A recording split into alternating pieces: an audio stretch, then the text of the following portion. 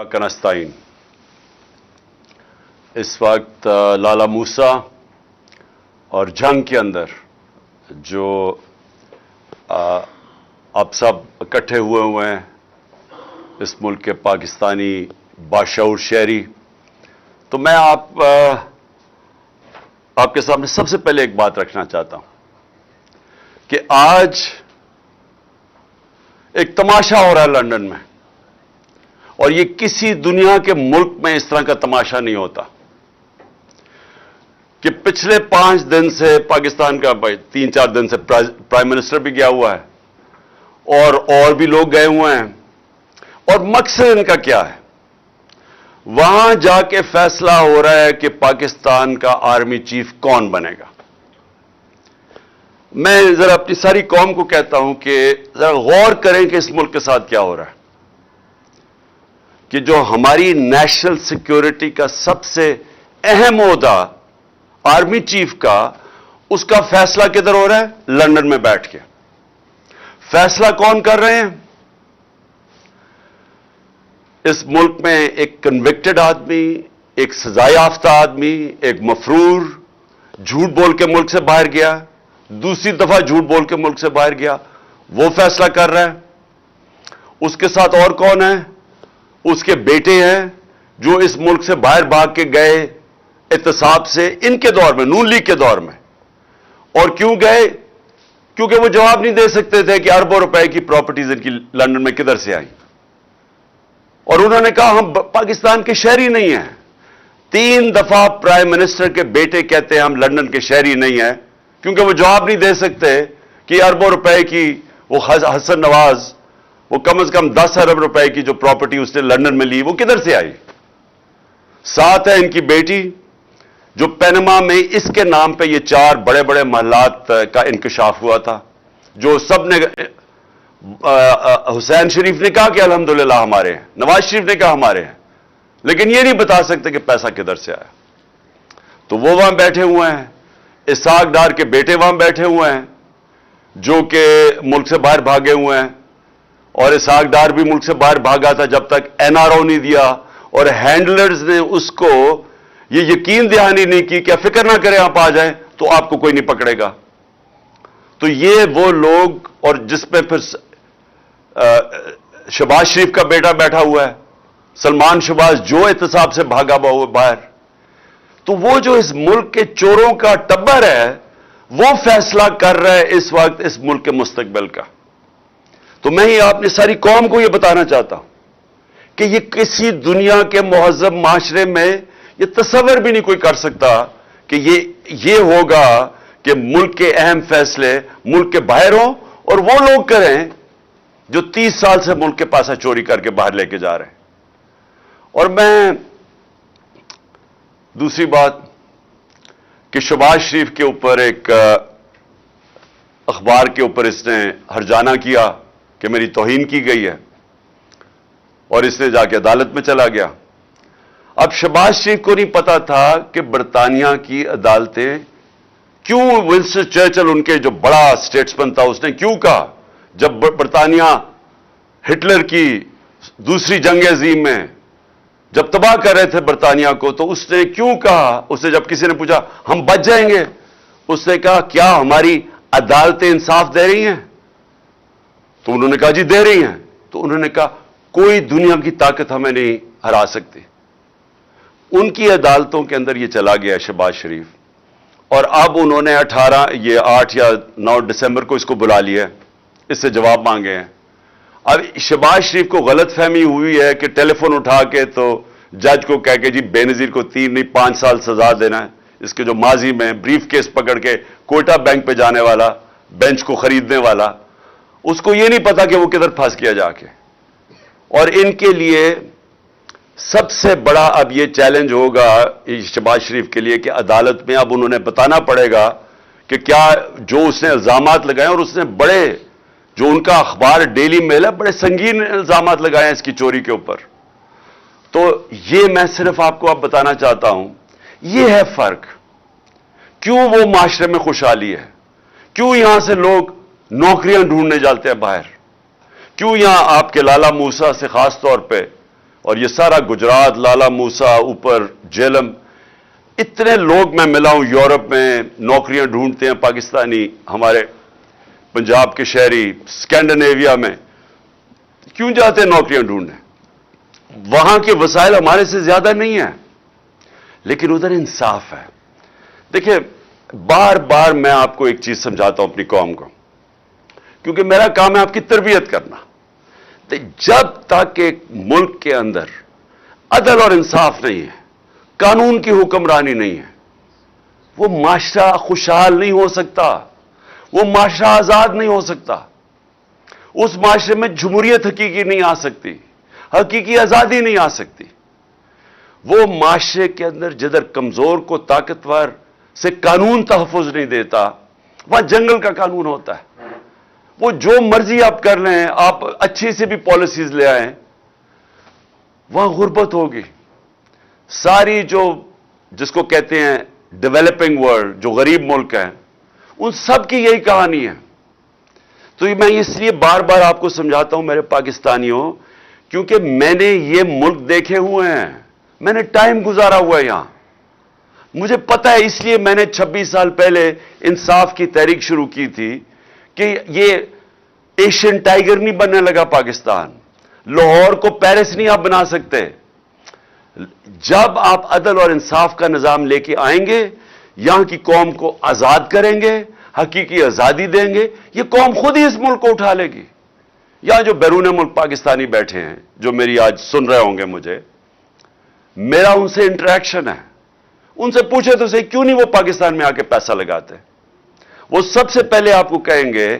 کہ ہم اس لیے پیسہ نہیں لگاتے پاکستان میں آ کے کہ ہمیں ڈر ہوتا ہے کہ اگر ہم پلاٹ لیتے ہیں تو اس کے اوپر قبضہ ہو جاتا ہے اور ہم قبضہ نہیں چھڑا سکتے۔ تو ہم کاروبار کیسے شروع کر سکتے ہیں جس ملک کے اندر ہمیں قانون تحفظ نہیں دیتا، جس میں ایک فکرہ استعمال کیا جاتا ہے، کانٹریکٹ انفورسمنٹ نہیں ہوتی۔ جب اس ملک میں ہماری سرمایہ کی حفاظت ہی نہیں ہوتی تو ہم کیسے اس ملک میں پیسہ لگائیں گے؟ اور دوسری بات وہ یہ کہیں گے، خاص طور پہ برطانیہ میں جو بیٹھے پاکستانی ہیں، کہ یہ جو ملک کے سربراہ ہیں جو ہمیں کہتے ہیں کہ پاکستان میں اپنا پیسہ لے کے آؤ، تو اپنا پیسہ تو پاکستان سے باہر بھیج رہے ہیں، ان کے تو بڑے بڑے محلات باہر ہیں، ان کے کاروبار باہر ہیں، تو یہ ہمیں کہہ رہے ہیں کہ پاکستان میں پیسہ لگاؤ، اور وہ یہ کہتے ہیں کہ یہ پیسہ باہر کیوں بھیجتے ہیں؟ نمبر 1 چوری کا پیسہ ہے، کیونکہ اگر چوری کا پیسہ کیوں باہر بھیجنا پڑتا ہے کہ پاکستان میں نظر آ جائے گا۔ یہاں اب اگر ایک دم ان کی دولت میں اربوں روپے کا اضافہ ہونا شروع ہو جائے تو پوچھیں گے تو صحیح نا قوم کے کدھر سے پیسہ آیا؟ وہ یہ جواب نہیں دے سکتے کیونکہ چوری کا پیسہ ہے، اس لیے ان کو باہر بھیجنا پڑتا ہے۔ اور یاد رکھیں جب باہر بھیجتے ہیں، اور میں یہ بار بار آپ کو اس لیے بتاتا ہوں کہ جب آپ کا ملک کا پیسہ چوری کر کے، جس طرح یہ ٹی ٹی کیس ہے شہباز شریف کا اور بیٹوں کا، کہ یہ پوری ایک گاڑی میں پیسہ، پہلے وہاں سے ان کے ماڈل ٹاؤن کے گھر سے وہ گاڑی میں پیسہ رکھا جاتا تھا، پھر پولیس گارڈ لے کے جاتی تھی ہنڈی اور حوالے، جدھر سے یہ پیسہ ڈالر میں چینج ہوتا تھا اور پھر باہر بھیجتے تھے، اور پھر جو پیسہ پاکستان منگوانا ہو تو وہ ایک ان لوگوں کے نام پہ لے کے آتے تھے جو کبھی پاکستان سے باہر ہی نہیں گئے، مثلا، اور زرداری بھی یہی کرتا تھا، تو وہ پاپڑ والا اور چینی والا اور یہ وہ لوگ ان کے پاسپورٹ لیتے تھے اور کہتے تھے جی انہوں نے باہر سے ریمیٹنسز بھیجی ہے۔ تو خود ہی قانون بنایا تھا 1992 میں کہ جی اگر باہر سے کوئی پیسہ بھیجے گا تو کوئی سوال نہیں پوچھا جائے گا، اور یہ حدیبہ پیپر مل بھی یہی کیس تھا، زرداری کا بھی یہی کیس ہے، وہ جو فیک اکاؤنٹس کا ان کے بھی یہی کیس ہے۔ تو یہ وہاں سے انہوں نے پیسے باہر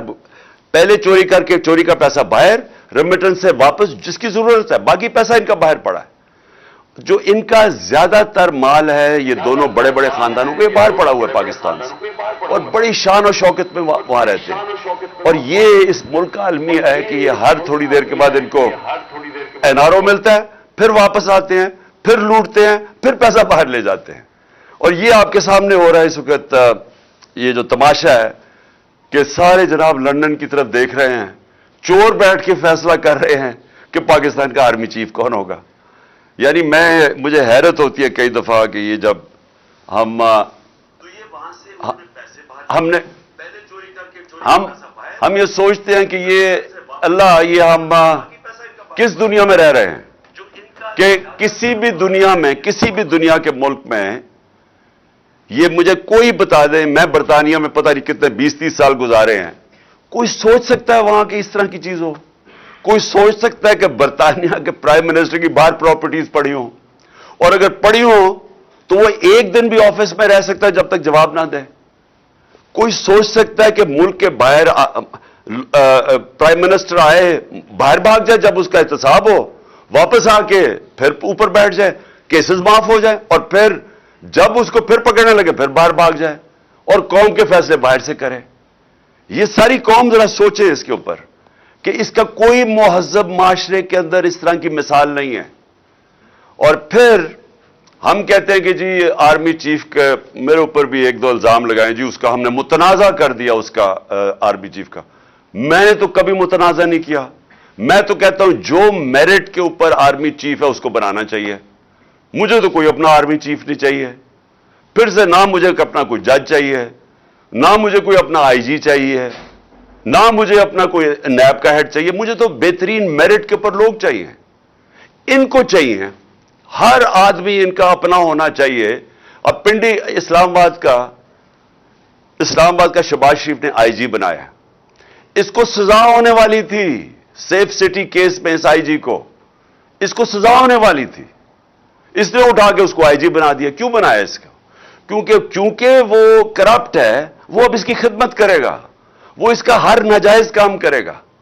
اس لیے اس طرح ملک تباہ ہوتے ہیں کہ اداروں کے اوپر لوگوں کو اس لیے نہیں لے کے آتے کہ وہ میرٹ پہ اور ملک کا فائدہ ہوگا اور ادارے کو مضبوط کرے گا، ان کو اس لیے لے کے آتے ہیں کہ یہ ان کے غلط کام کریں گے،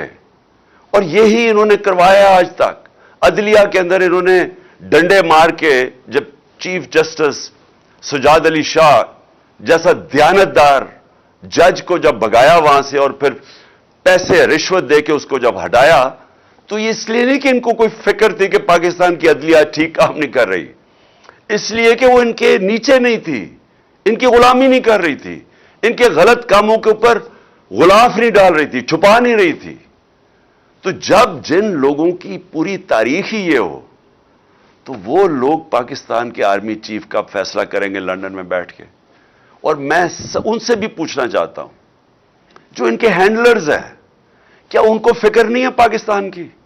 کیا ان کو نہیں سمجھ آ رہی ہے کیا ہو رہا ہے ملک کے اندر؟ کیا ان کو تب نہیں سمجھ آ رہی تھی جب یہ ایک چوروں کو اوپر مسلط کیا جا رہا تھا کہ انہوں نے ملک کے ساتھ کرنا کیا ہے؟ جو 30 سال سے ملک کو لوٹ رہے تھے، ان کو پھر سے جب مسلط کیا انہوں نے، تو کیا ان کو یہ نہیں نظر آ رہا تھا کہ انہوں نے کرنا کیا ملک کے ساتھ؟ تو یہ جو ہو رہا ہے یہ ہونا تھا، کیونکہ انہوں نے ماضی میں بھی یہی کیا ہے۔ میں یہ سوال پوچھتا ہوں کہ کون ذمہ دار ہے اس کا کہ جو پاکستان چھوڑ کے گئے تھے ہم، جو عدم اعتماد سے پہلے مارچ کے اندر جو پاکستان تھا، مجھے وہ بتائیں۔ آج پاکستان کی بزنس کمیونٹی سے پوچھیں، پاکستانی کسانوں سے پوچھیں، پاکستان کے مزدوروں سے پوچھیں کہ وہ کس طرف پاکستان جا رہا تھا۔ 17 سال کے بعد ہماری بہترین ملک کے اندر دولت میں اضافہ ہو رہا تھا، جس کو گروتھ ریٹ کہتے ہیں۔ تیسرے سال میں 5.7% ہماری اکانومی گرو کی، اور چوتھے سال میں 6%۔ اور انشاءاللہ اگر ہمیں یہ سازش کے تحت نہ ہٹاتے، ہم نے 7% پہ جانا تھا۔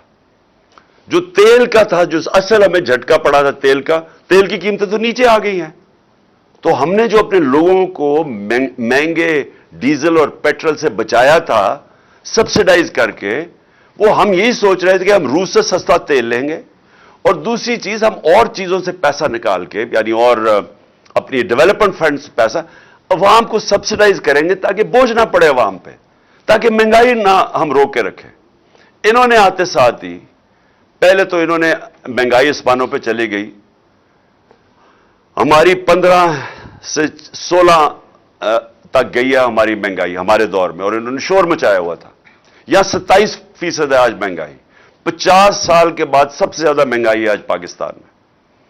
اور انہوں نے ان کی وجہ سے، کیونکہ یہ اکانومی نہیں ہینڈل کر سکے، آج روپیہ ان کے دور میں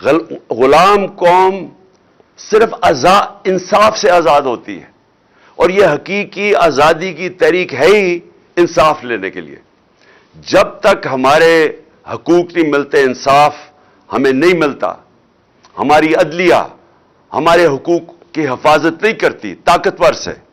جب تک طاقتور قانون میں نہیں آتا، قانون کے نیچے نہیں آتا، جب تک اس ملک کی جو پوٹینشل ہے، جو اللہ نے اس ملک میں صلاحیتیں دی ہیں، جو اثاثے دیے ہوئے ہیں اس ملک کو، جو نعمتیں بخشی ہیں، وہ صرف تب اوپر آئیں گی جب اس ملک میں انصاف ہوگا، قوم آزاد ہوگی، آزاد قوم میں ہی حقیقی جمہوریت آتی ہے، اور اس کے بعد خوشحالی آتی ہے۔